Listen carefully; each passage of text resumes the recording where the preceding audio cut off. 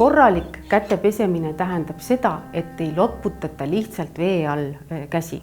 Vesi peaks olema mõnusalt soe, pesta tuleks seebiga ja jälgida siis seda, et on pestud nii peopesad, sõrmevahed mõlemalt poolt, küünealused ja lõpetuseks, kui on ära käed pestud, siis on vajalik käed korralikult ära kuivatada.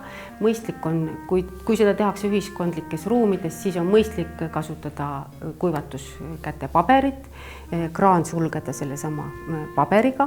Kui ei ole võimalik käsi pesta, siis me soovitame kasutada ka testvahendeid. Need võiksid olla taskus kaasas, et juhul kui ei ole võimalik käsi pesta, aga tunne on, et tahaks, siis saaks kasutada seda testvahendit endale kätele pihustamiseks.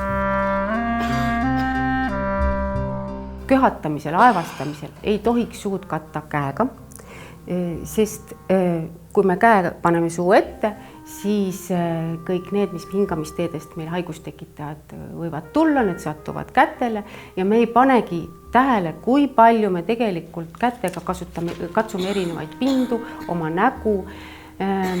Sedasi me kannamegi haigustekitajad endale organismi ja nakatame teisi.